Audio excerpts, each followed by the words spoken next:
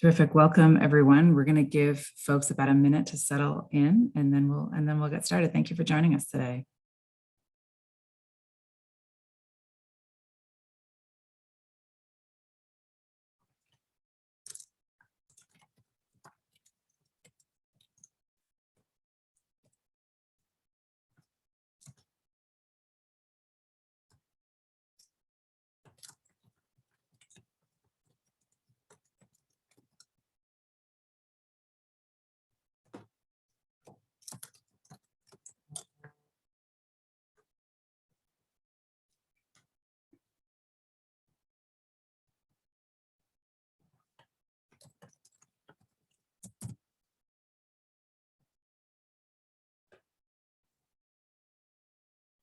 Good morning, folks. We'll get started in about 30 seconds here. Thank you all for joining us.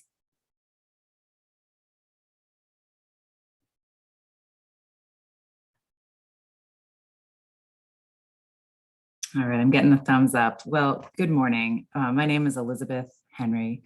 I'm the president of the Environmental League of Massachusetts. And I'm really honored to be facilitating this conversation today, and I thank you for joining us. I think it's clear that we are at a critical juncture. We've all read the IPCC report. We've all seen the recent wildfires, the heat from this summer, the flooding. Climate change's impacts are here, and we cannot wait any longer. And this is why I'm so honored to be hosting this conversation among mayors and city councilors who are equally anxious to see local, state, and federal action. I'm here today both representing the Environmental League of Massachusetts Action Fund, we're the state affiliate for the League of Conservation Voters, and representing the Vermont Conservation Voters, Maine Conservation Voters, and the team, the New Hampshire team at the League of Conservation Voters. Today's conversation is part of this mayoral week of action, and LCV affiliates in 32 states are engaging their mayors to help call for the passage of a $3.5 trillion reconciliation package through Congress. We all agree that it must include robust investments in climate, justice, and jobs. The investments we're calling for must cut US emissions by at least 50% by 2030, put our nation fully on a path to 100% clean energy, powering our grid, our new cars and buses and buildings by 2035, to ensure that at least 40% of investments benefit low-income communities and communities of color, who, as we know, have borne the brunt of toxics and fossil fuel pollution, and who we also know are the most vulnerable to climate impacts. And finally, to ensure that clean energy and climate investments can sustain high-quality jobs. So we are thrilled to have with us today 4 climate champs from across New England, and they're leading on climate in their cities and states, and we're seeing modeling national leadership as well. So I will briefly introduce them and then get right to questions. Towards the end of the conversation, we'll take a few questions from the audience, so you're welcome to use the chat function, which I'll be monitoring at any point during the webinar. So first, Ann Watson, you were elected as mayor of Montpelier, Vermont in March of 2018. And that was after serving on the Montpelier City Council for 5.5 years. You were city council president for 3 of those. You have been a really proud advocate for the council's net zero energy goal and for issues that disproportionately affect Montpelier's renting population. I should note you're a teacher at Montpelier High School. You've taught physics, engineering, and math for the past 13 years. Welcome. Next, we have my friend Jesse Lederman, an at-large city councilor for Springfield, Massachusetts.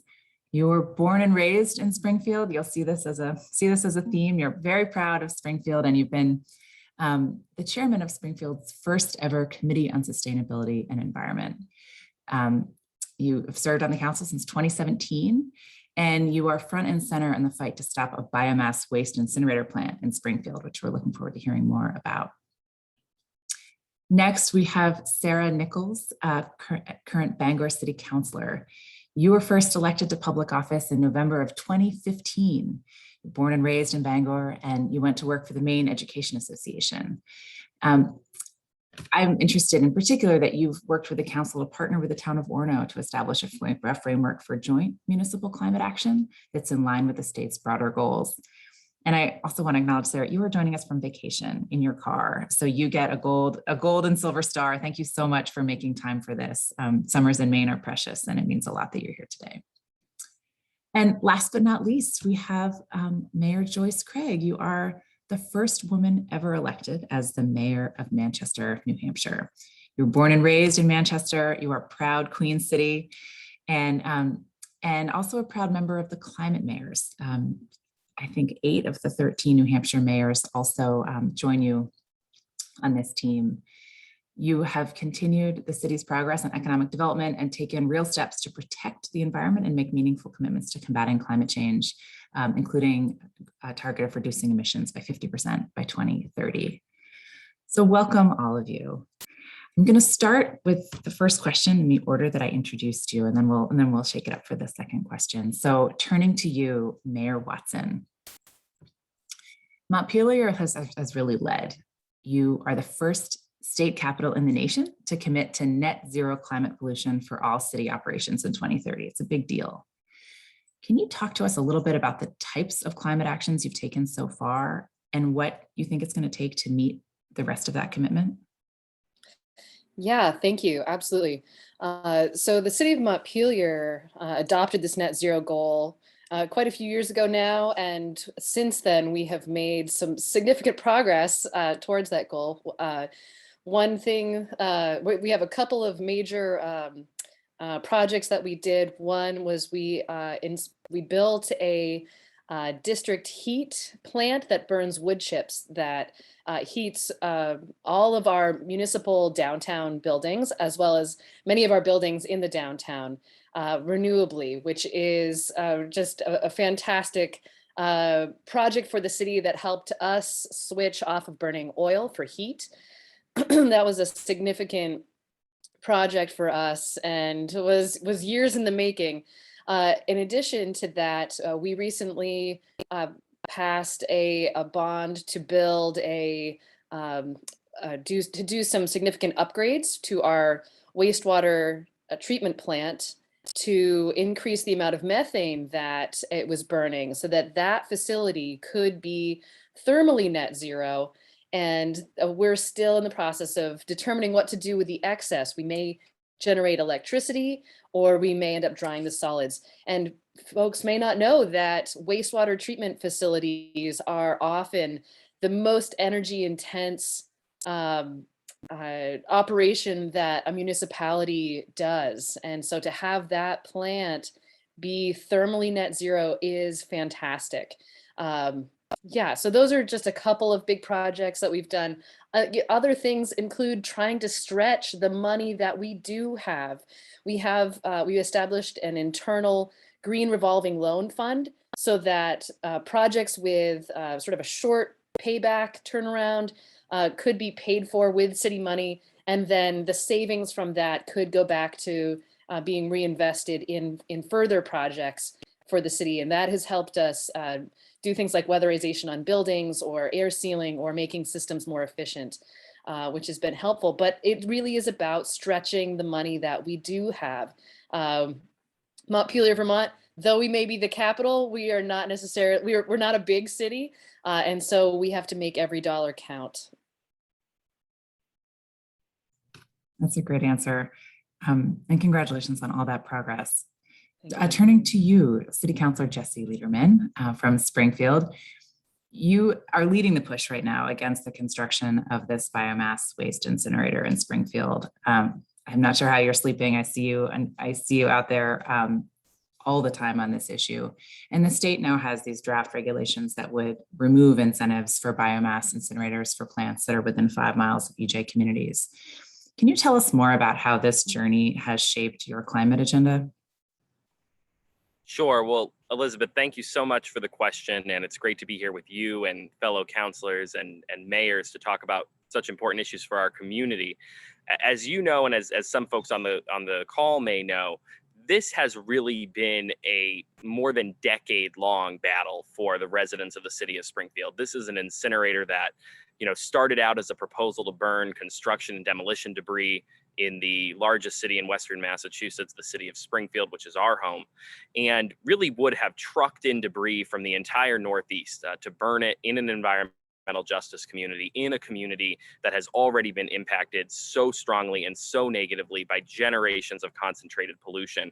And it's really one of the first initiatives that I got involved with in local government in the city of Springfield. It mobilized an entire generation of individuals in the city of Springfield, cutting across neighborhood boundaries, cutting across any boundary you could imagine, and has continued for this long, really because unfortunately, it's taken a long time for the state's priorities to change towards where they really need to be headed, which is true, clean, green, renewable energy production. What this has looked like today is the fact that most recently, even though after a decade of fighting the incinerator, we saw last year a proposal come up in a climate bill to once again extend tax credits to incinerators of this nature, both in the city of Springfield and across the Northeast, something that could impact all of our communities. It really brought back that same grassroots mobilization.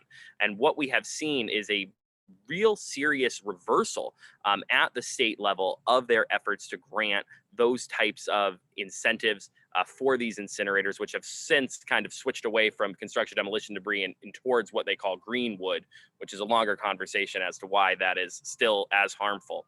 But the truth is that this would not have been possible without the mobilization of activists across the city of Springfield and across the Commonwealth.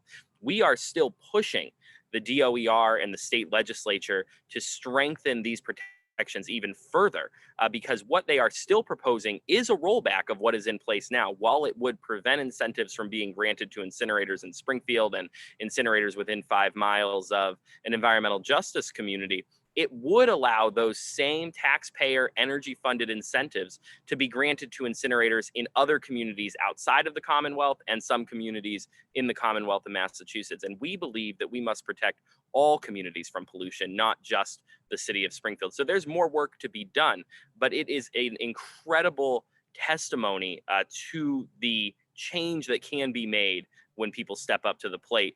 And we've seen more than one individual go on from that fight to hold elected office, to lead on environmental issues in the Commonwealth. And so, we know there's more work to be done, but are grateful for what we've achieved thus far. That's great. Now turning to you, City Councilor Sarah Nichols, and I should have acknowledged that you were also the former mayor of Bangor as the chair of the City Council.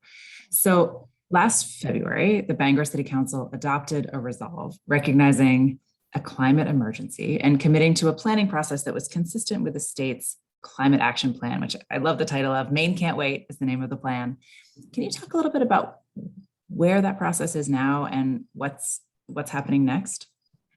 Yeah, so pretty much in February, obviously we passed the resolve, but from that point in the past few months, because that was, I guess, only a few months ago, we have met with towns in the area. Orono, as I think was alluded to earlier, we have an actual formalized agreement with, and for those who don't know, Orono is the town just north of us, where the University of Maine is, and we started a partnership to kind of work on these things together. We are now, that was formalized. I was just checking the date, it was a month ago, as of the 15th. So, I mean, that's still pretty new in terms of formalizing that. And we have started to reach out to the other municipalities surrounding the Penobscot River area where we are to hopefully get more buy-in, because obviously these things are not just, if it impacts Bangor, it's going to be impacting everyone around us as well, and obviously expanded on that. But also in between that time, we started really documenting all the things we had been doing, because we had been working on all these projects like solar and a lot of work on our wastewater treatment plant to make it, well, I mean, long story short, we were under consent decree actually with the EPA in regards to how our plant was set up, and to keep from stormwater overflows going into the river, we had to totally revamp our sewer stormwater system, which has been to the tune of $25+ million, but is going to save, it's going to save our river. So we've been trying to work on all those projects still concurrently and kind of document where we're at to see how much further we need to go based on the plan that we set back in February. So hopefully we hear back from more municipalities and partners to work on this. But we haven't set our first meeting yet because we only just sent out those requests to the other towns only a week ago. So still kind of new, but working fast. So yeah. That's great. And last but not least, Mayor Craig, New Hampshire is not alone. I think most New England states are overwhelmingly car dependent, and New Hampshire, together with all of us, can't get to a net zero economy without really addressing the transportation sector. You've been a champ for transportation solutions, and I was hoping you might be able to talk about your top priorities for electrification specifically, and with a follow-on, I guess, invitation to talk a little bit about your vision for connecting Manchester to a regional rail system. Sure. Thank you so much for the question, Elizabeth. And it's great to be here with everyone and to hear the answers to these questions, because as I sit here, I realize we share an awful lot in what we're doing. And I always find these conversations fantastic. So through the Volkswagen settlement, we added 14 propane fueled school buses to our fleet in an effort to improve our local air quality. And it's estimated that that will cut emissions from diesel buses by about 96%. Our hope obviously is to expand that to more of our bus MTA fleet, as well as the fleets within our departments, so the car fleets within our departments. I've been a huge advocate for vehicle charging infrastructure. We have it at a few locations here in the city, at the airport, for example, but we really need to, and we want to do more throughout the city to encourage that. And then our recently adopted 10-year plan highlights climate-friendly infrastructure. So specifically talks about green streets, rails and trails to really encourage multi-mobility, biking, walking, and additional parks. You talked and mentioned rail. I have been a huge advocate for rail from Boston to Manchester, and I feel like we're getting closer and closer with that. So it's really encouraging news. Last week, the Board of Mayor and Aldermen here in Manchester approved a rail station location in our downtown. We know that, train travel is a green way to travel, and by using that, it's a 30% less energy per passenger per mile than cars. So we really are optimistic that that'll happen sooner rather than later, and really appreciate the funding that seems to be coming available to do that. That's great. Well, as your neighbor to the south, we'd love to have more rail connectivity between Massachusetts and New Hampshire. And I think this is a great segue to the next question. And I will turn it back to you, Mayor Craig. It's hard for people to conceptualize $3.5 trillion. And it's hard for voters and constituents to understand what that means for them. So I'd like to invite each of you to reflect on the same question, and I'll turn to you in reverse order. To localize this $3.5 trillion package. Specifically, what could this kind of federal investment mean for your community in terms of climate and energy?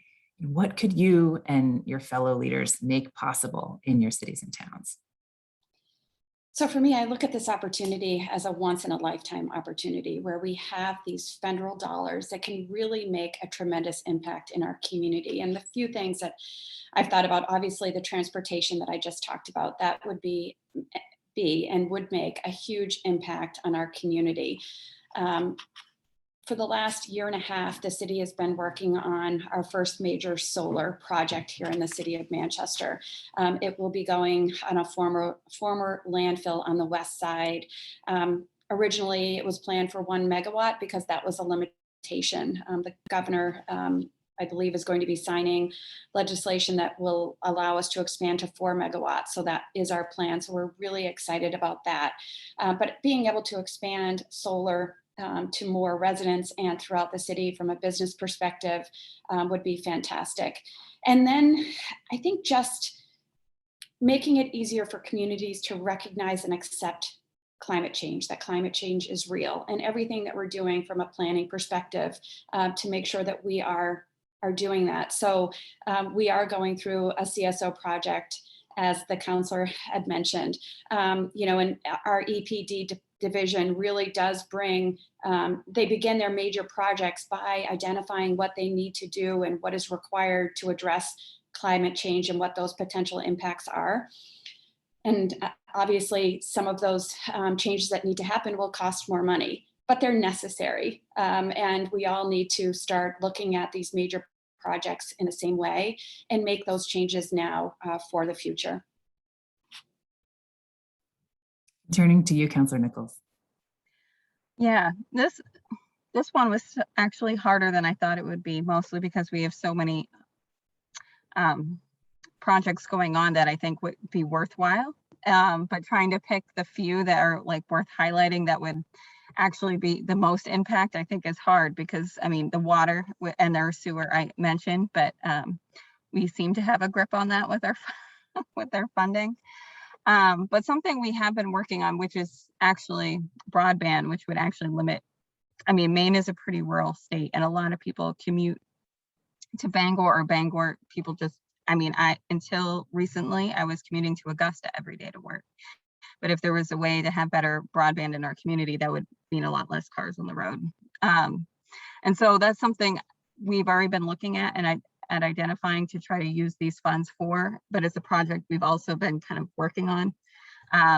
Actually, we have RFPs back, so we're actually reviewing them right now. So they're a lot closer to being finalized than I probably just hinted at. But I think that would actually be a really, it'd be a pretty impactful climate project, even though it's not usually what one thinks of as the immediate climate, but keeping people off the road and getting them more localized in their community is really important to us, especially in Maine, when we're so, and I'm sure this is actually really familiar to every other New England state, that we all drive a lot because there's, or at least especially Vermont and New Hampshire, where our public transit is not as intense, I think, as other like Connecticut and Massachusetts can be in places.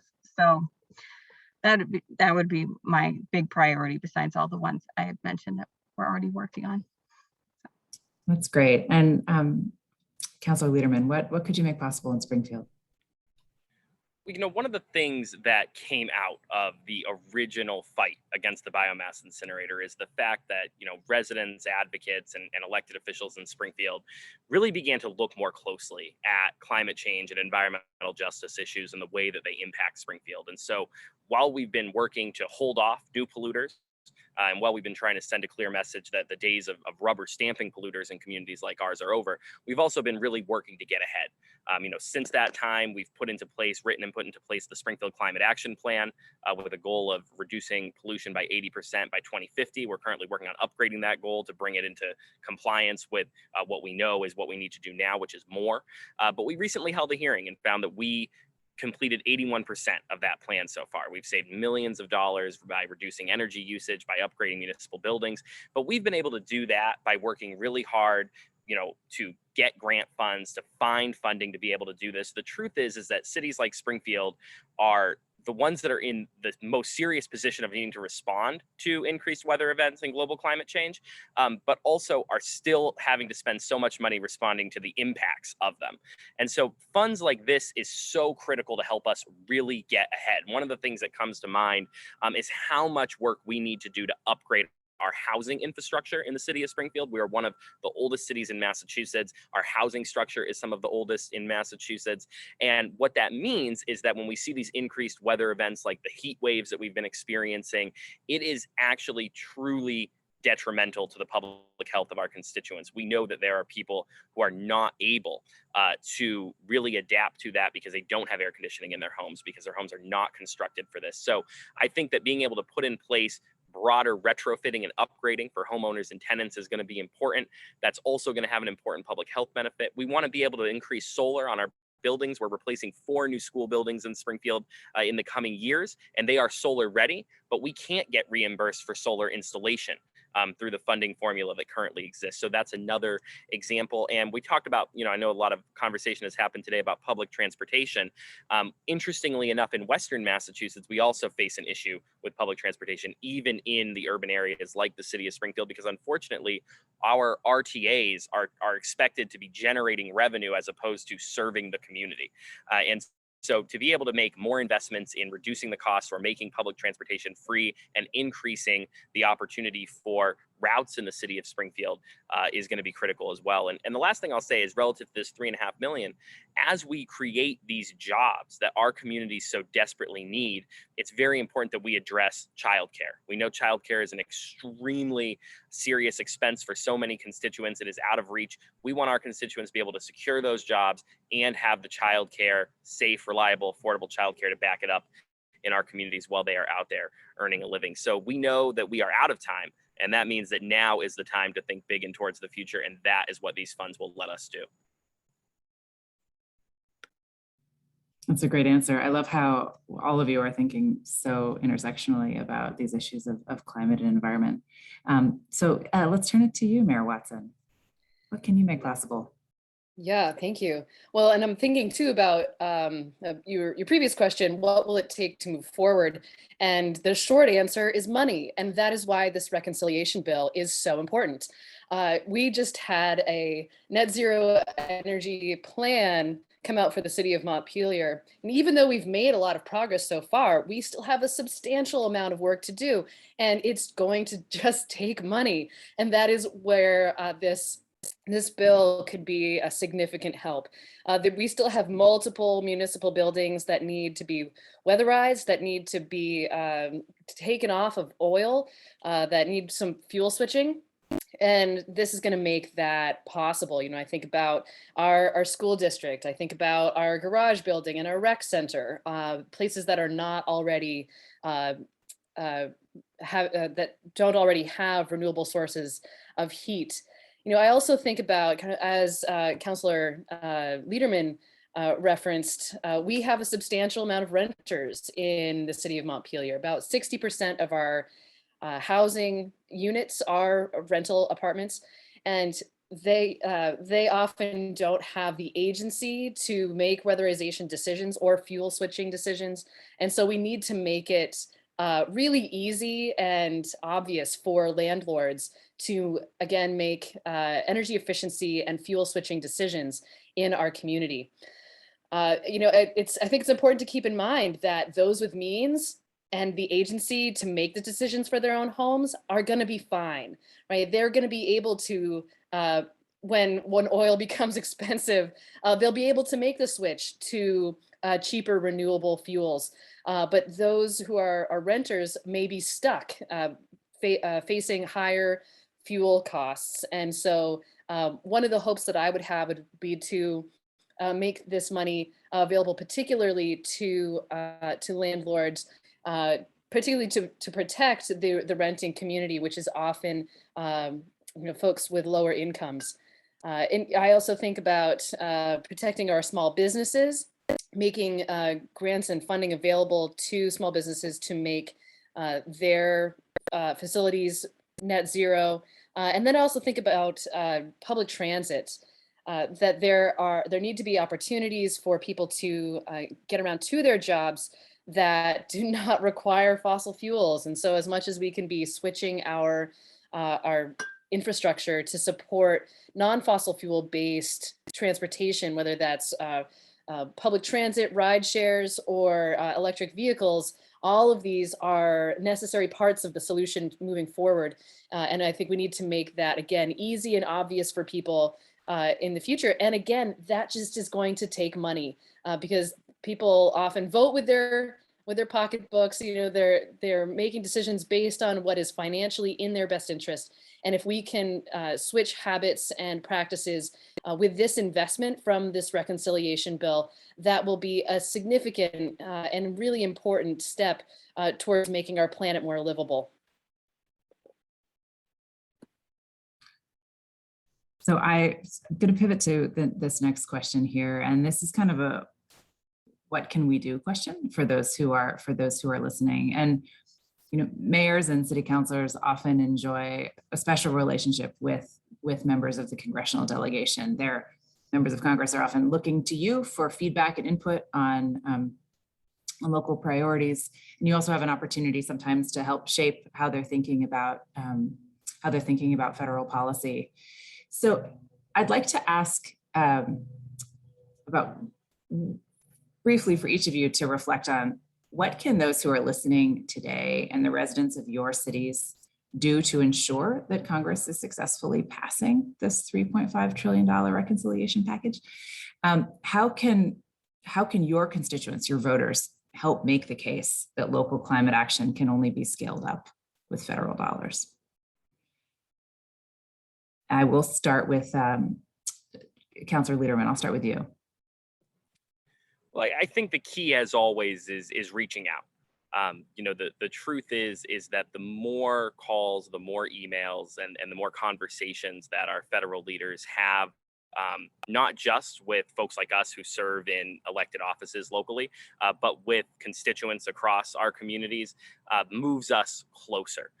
And so, tomorrow I'll be participating in a friendly rally outside the federal courthouse in Springfield, urging Congressman Neal to put his efforts behind this reconciliation bill. And I would encourage everybody listening to reach out and tell their congresspeople and their senators that, they appreciate the work that they are already doing. We are seeing unprecedented levels of funding come into our municipalities. Really, these are generational investments that we are already seeing through the American Rescue Plan, through CARES Act funding. And it shows that when our federal government puts their mind to it, the money is there to support our communities. But you have to have a push behind it. When we, at the beginning of the COVID-19 pandemic, began writing letters as counselors and with community organizations to our senators and our congressmen about the impacts we were starting to see in our community, about the amount of money that we were going to need for rental assistance, about the amount of money that we were going to need for unemployment, we never imagined that we would actually see that level of investment, but it came because there was an unprecedented push.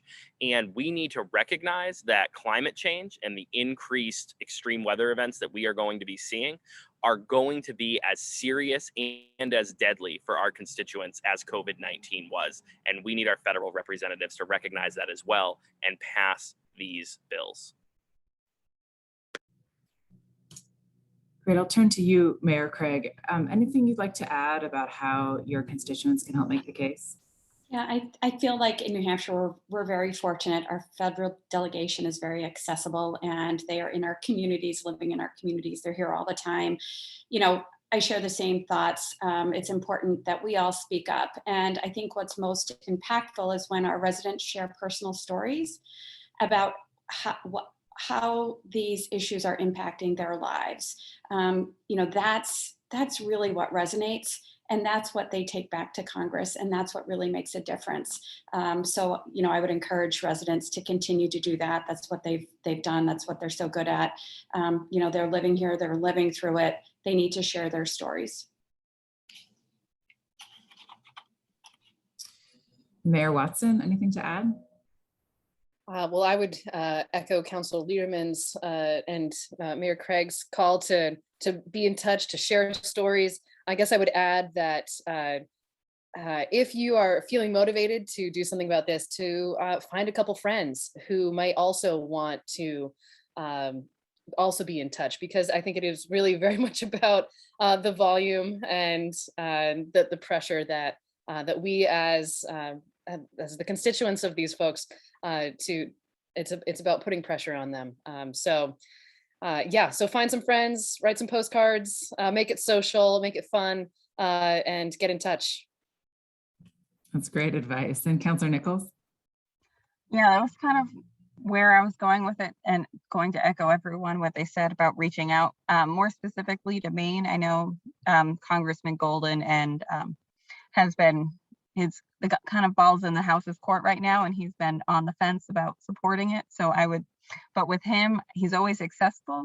So trying to really give the personal stories on how it's going to impact our district, because we're split into two. So I say CD2 a lot, but that this part of Maine is going to be dramatically impacted, not just with our fisheries, but with our, just with the drought that we're experiencing up in Aroostook County. And so having those personal stories on how it's impacting their daily lives and how it's impacting their work, I think is something that resonates with him. And I think, so please reach out to share those stories. That really does make a difference.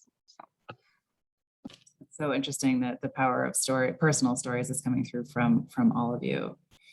So there's been some activity in the Q&A and in the chat. I'm going to take a couple of themes and try to fold it into one question here. And it really does relate to racial justice and equity and addressing overburdened communities. So, we know that in addition to climate outcomes, President Biden's Build Back Better agenda is geared towards ensuring that 40% of climate and clean energy investments benefit low-income communities and communities of color. We know that these communities in town after town, state after state, have historically borne the brunt of fossil fuel pollution. And we also know that they are typically the most vulnerable to climate impacts. Several of you have touched on how you believe this 40% could make a difference in your cities, but an invitation to add any other context or color about how this 40% frame will impact your jurisdiction. And Mayor Watson, I'll start with you.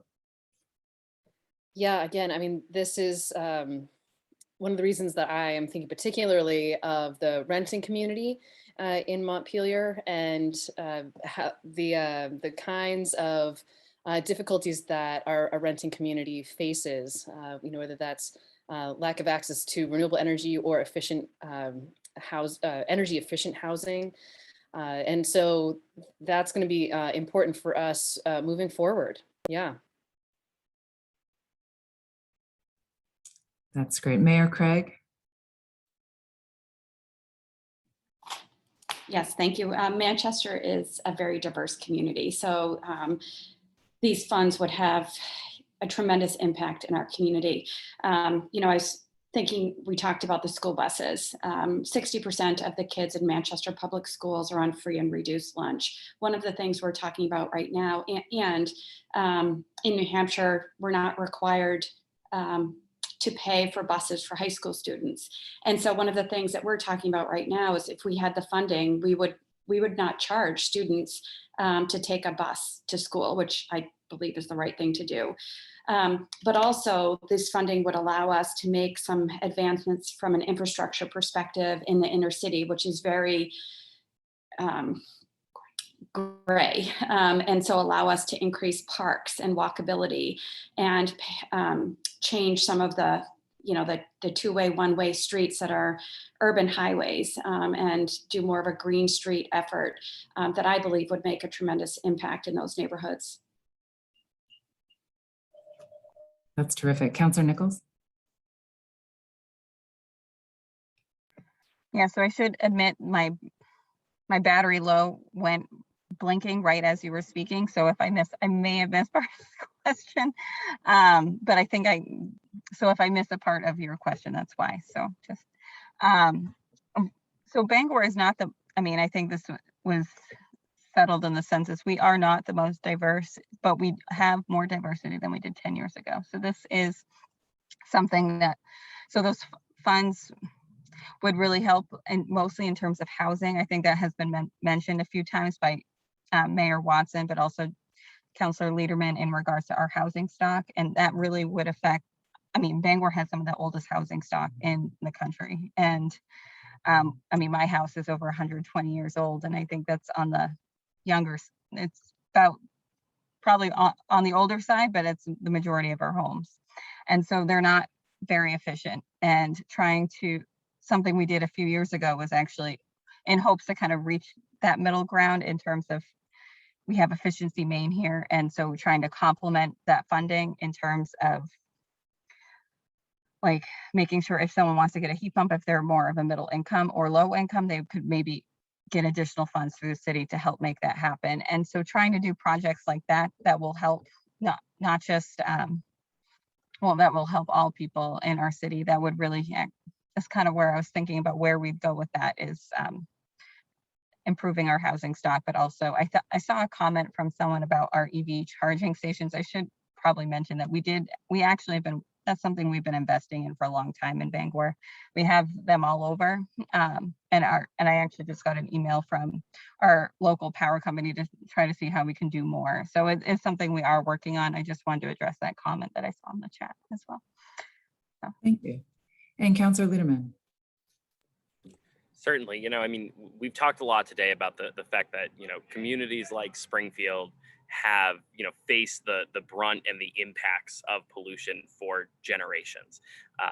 We're seeing a systemic shift in policy thanks to so many activists across the Commonwealth who helped pass the environmental justice policy for multiple state agencies, including DEP and DOER, so that we can see the increased protections that are really necessary. But as we talk about the fact that our communities are going to be hit the hardest and are the least prepared. My advocacy on policy has always been that as we look at environmental policy and combating climate change, we can't do it on the backs of the people that can afford it the least and are impacted the most. And so I think the fact that this proposal exists in the reconciliation bill is really a testament to how we have shifted the conversation around environmental justice in the Commonwealth and in this country. And that has to go forward. So I think everything that we've talked about today points in that direction. I think that the other conversation to have is, about the fact that folks who are in a position to continue to kind of carry on in the face of extreme weather events and climate change, as Mayor Watson said, the folks that have the money to make the transition will make the transition. Some folks will also continue their activities because they won't be impacted by it. And so for our constituents, it really is going to become a matter of life or death, especially when it comes to heat waves. And that's why I make the comparison to COVID-19. I also wanted to jump in on the EV charging stations because I've been thinking a lot about this lately. So, I mean, we're investing in EV charging stations in the city of Springfield. We have them in multiple neighborhoods, but there has to be more investment from the federal and state government in making electric vehicles actually accessible to our constituencies, because right now, even with the rebates that exist, those rebates are not accessible to enough people, and the way that they are given, it does not actually make these cars affordable for the vast majority of my constituents at several different income levels. And furthermore, I mean, you're still talking about more than $30,000, even with rebates, for one that could put you in a position to be able to get the range that you need. So if we are going to see, which we must see, a switch to electrification of personal vehicles, we need to see significantly more investment from the federal government in not just rebates, but in actual subsidy for people to be able to swap out their vehicles. And that's going to be a broader conversation that we're going to have. That's great. So I've got one more question here, and then I'll give each of you an opportunity for a brief closing remarks. The question really relates to your voters and your constituents. There's a question here about, do your voters care about this? As you're going door to door, as you're answering constituent mail, what are you hearing from them? And Councilor Nichols, I'll give you a moment to just characterize what you're hearing. Yeah, so I've now run for office twice, or gotten reelected at least once, and there's been a huge shift between the first election and this election. The first one was in 2015. And I am hearing more from our constituents just on a regular basis regarding, I mean, the whole climate emergency, the draft actually came from a constituent. It was not, I mean, it was stuff we were already doing, a lot of it, but we had not contextualized that into an actual resolve to really put it really put it into motion. And so I think that actually came from one of our high school students, who's impressive in her own right.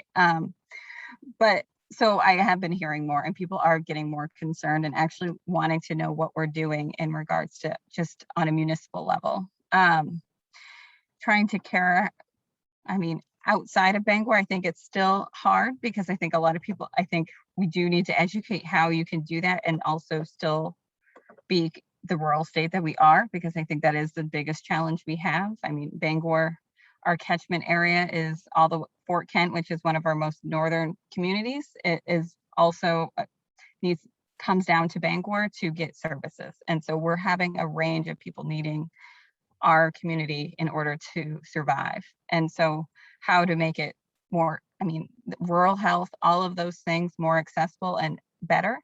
So people are not having to drive and commute. And also, not that I mean, yes, I love being a service center, but it does drain in terms of trying to reduce our climate impact. And so that is sort of the things I'm looking at outside of Bangor, how we can help assist those other communities, not necessarily financially all the time, but in how we can make it happen so they can stay in place and be more local with their community and get the services they need. And they'll obviously help with our commuting and emissions. Mayor Watson, what are you hearing from voters and constituents? Yeah, voters in Montpelier have supported climate related, renewable energy related projects for many years. But that's actually also very typical of Vermonters. Something like 70% of Vermonters are concerned about climate change and are interested in climate action. And this has been true for years. It's been true across multiple mayors in Montpelier. And I'm certainly seeing that continue. And I would actually add that I think especially since the most recent IPCC report, as well as particularly since the fires that have been sending smoke down our way from the Northwest, we are, and in California, it's a little, it's very present, to see the smoke impacting visibility. It really feels like, oh gosh, like the climate change is really happening now, and it is urgent. So that's sort of the sense that I am getting from folks now, is that it's being ratcheted up a level from caring about it and wanting to do something about it to like, oh, this is urgent. This is a high priority. Mayor Craig? Thank you. I agree with everything that's been said. And I would just add that especially when it comes to young people, this is one of their top priorities. I have a daughter who's in high school, and they're talking about this today, and they care. And so we're seeing young people, young voters who are really engaged and really pushing to see change. And I think that's very exciting. That's great. And Councilor Lederman. When I first announced my candidacy in 2017, there was a local media outlet that ran a headline, and the headline was "Springfield environmentalist Jesse Lederman announces run for city council." And there was a political advisor of mine who said, "Oh, I don't know if that's going to help us, right? You do so much more than just environmental work."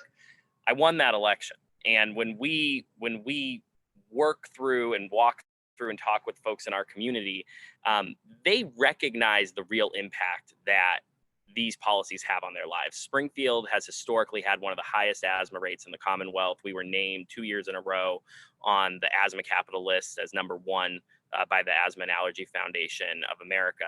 And by working to keep new polluters out and by working with larger polluters in our community to transition them to more efficient methods, we've seen that drop. So people are realizing that these real policies have real impacts on their family. And for parents struggling with their kids' asthma, when they recognize that by putting these policies in place, we can improve their lives, you see this become a priority for them. So now, 4 years later, you see other candidates running, putting environmental issues on their platform. And we really welcome them. And let's be clear. I mean, I've passed legislation on a whole wide variety of things, but this is truly one of the most pressing issues facing our communities. And I know that the voters recognize that. All right, so I'm going to give you each 30 seconds or a minute to close with your final remarks of call to action. So let's pivot back to you, Mayor Craig. Any last words? Yes, I just want to thank you for hosting this conversation. It's been very enlightening and educational. I appreciate everyone participating. And I guess I would just really say that it's imperative that Congress pass this bill that makes bold investments that are needed to tackle climate crisis and make it easier for our communities to transition to clean energy. It's time. It's time. And Councilor Nichols. Yeah, first, thank you again for hosting this. And I was just going to advocate, especially to email for my constituents, please email and reach out to Congressman Golden's office. He still is on the precipice of hopefully voting in support of this, but I think he really needs to hear those stories. And I think that this really does need to pass if we're going to make any sort of headway in our half of the state. So thank you again. Councilor Letterman. Well, just thank you so much, Elizabeth, to you and ELM, and it's great to be here too with and meet these colleagues from across New England, especially those that have served on their city councils. I always say city councils are the closest elected body to the people, and that's really where we get to see firsthand the impacts of what this policy really can do. So I agree. Reach out to your local elected officials, reach out to your state and federal elected officials, tell them why this is so important to you, and also get involved locally. Reach out to your local organizations that are pushing for change in your communities. And if you're not getting the response that you want, run for office yourself. All right, and then closing as we began with you, Mayor Watson. Yeah, thank you. I just want to say what an honor it is to be here with you all. I think as folks involved in local government, we have a very clear understanding of how climate change is impacting our communities. We are the closest to the ground, so to speak, in terms of the impacts of policy on our communities. And so I think we have a good understanding of how climate change is impacting our communities. And we are basically out of time. We must act on climate change now. So it is imperative that the reconciliation bill include significant amount of money to go towards energy efficiency and renewable energy, putting people back to work and with good paying jobs to make our planet more livable, particularly improving the lives of those affected by climate change the most, our communities with low incomes and communities of color. And so very grateful for this time, and thank you for organizing this. This is a hugely important piece of legislation in our country. Perhaps, as somebody said earlier, this is a generational piece of legislation, and it needs to be significantly impacting the climate work around the country. Well, thank you. And thank you to all of you, our distinguished panel attendees and the press who've joined us today. If you want to take action, the League of Conservation Voters, ELM Action Fund, New Hampshire LCV, Maine Conservation Voters, and Vermont Conservation Voters are here to help. As you've heard today, this really is a make or break moment for climate action. We are all in. We're working together with EJ and labor leaders, the private sector, elected leaders at all levels to help get this done. So we're now counting on Congress to enact President Biden's full Build Back Better agenda as soon as possible. Thank you all. Have a great afternoon. Thank you.